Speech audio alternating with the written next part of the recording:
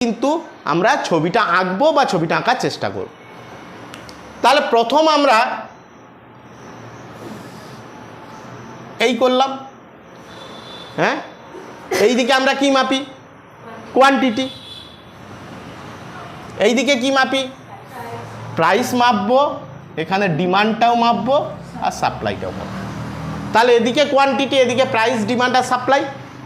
এইবার আমরা কি বলেছি? প্রথমে চাহিদা রেখা কি হয়? নিম্নমুখী। তাহলে আমরা এঁকে দিলাম, হলো। এর নাম দিলাম ডি। আর ডি ডি ডি কেন দিলাম না? ডিমান্ড কার্ভ বলে। ডিমান্ড চাহিদা রেখার ফার্স্ট অক্ষরটা নিয়ে তৈরি করেছি। এইবার কি করলাম? যোগান রেখা বা সাপ্লাই কার্ভ। কারণ আমাদের চাহিদা রেখা কি হয়? প্রথমেই বলেছি, দাম বাড়লে চাহিদা কি হয়? দাম বাড়লে চাহিদা কি হয়? কমে। আর দাম বাড়লে যোগান কি হয়? তাই জন্য দেখো চাহিদা রেখা নিম্নমুখী আর যোগান রেখা ঊর্ধ্বমুখী।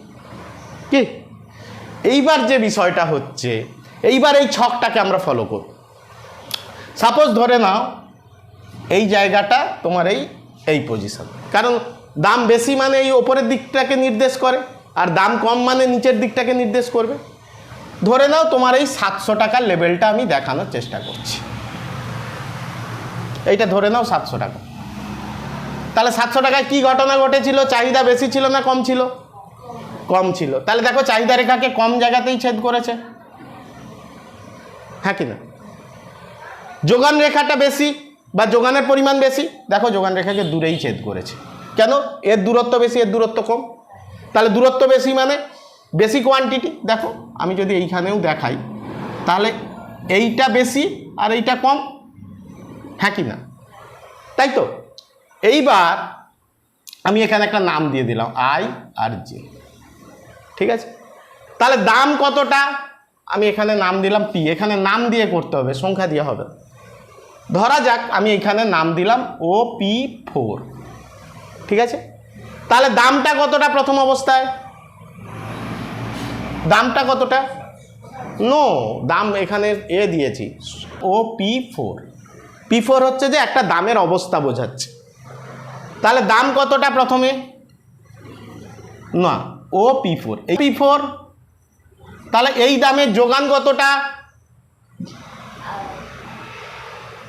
যোগান, যোগান রেখাকে যেখানে ছেদ করেছে, তাহলে কতটা যোগান? দেখো এই P4 থেকে এই এতটা এইখানে যোগান রেখাকে ছেদ করেছে। তাহলে P4 যে এইটা হবে যোগানের পরিমাণ, মানে এইটা তুমি যদি এখানে বোঝো এইটা, তাহলে এই P4 যে যেই লোকটাই সেই আসলে 500 কেজি। তাহলে দাম OP4 হলে যোগান কতটা হবে বলো? P4J, ঠিক আছে? চাহিদা কতটা হবে? P4I। Very good. কে বড়? যোগান। কতটা বড়?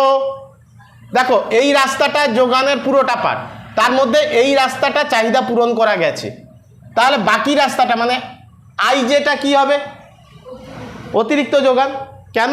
দেখো 500 কেজি আমার যোগান ছিল, ধরো এইটা 500 কেজি, তার মধ্যে 500-র মধ্যেই তো 300 লুকিয়ে আছে।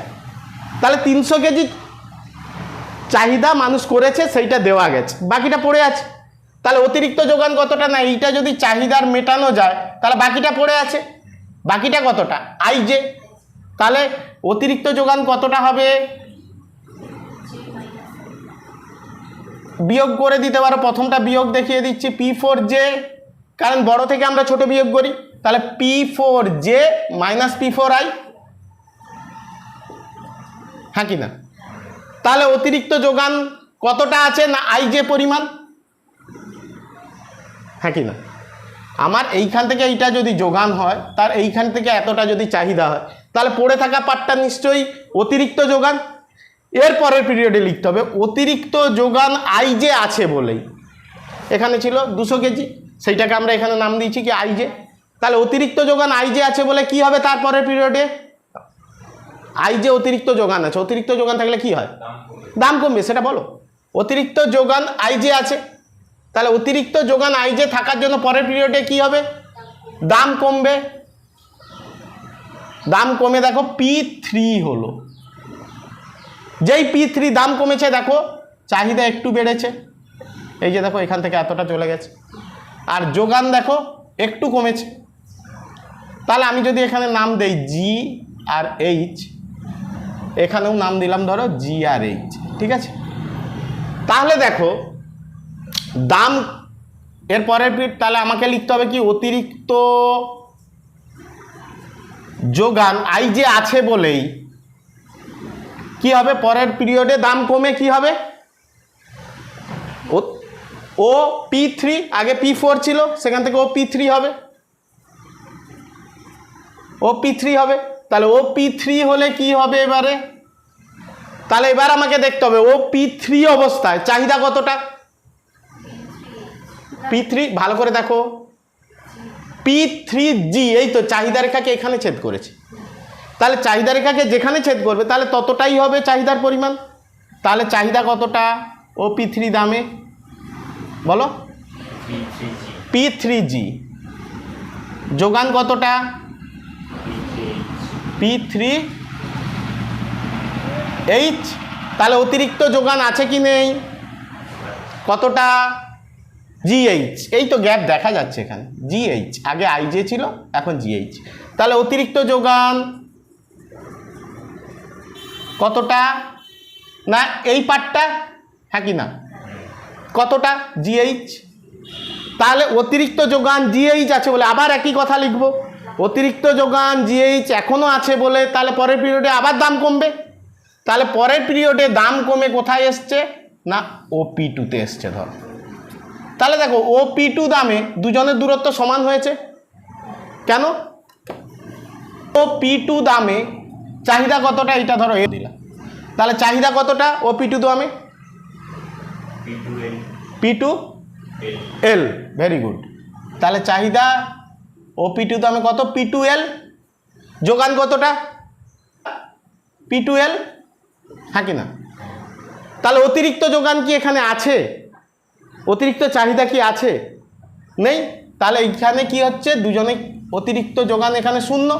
তাহলে আমাদের সূত্র কি ছিল, যে জায়গাতে অতিরিক্ত চাহিদা বা অতিরিক্ত যোগান থাকবে না, অর্থাৎ চাহিদা এবং যোগান সমান হবে, তাকেই আমরা বলবো ভারসাম্য অবস্থা। তাহলে ওই ও জেড পরিমাণ উৎপাদন হলো, পরিমাণ ও জেড পরিমাণ অবস্থাটাই কি হবে, ভারসাম্য অবস্থা, এবং ও P2 দামটাই হবে ভারসাম্য দাম, হ্যাঁ কি না।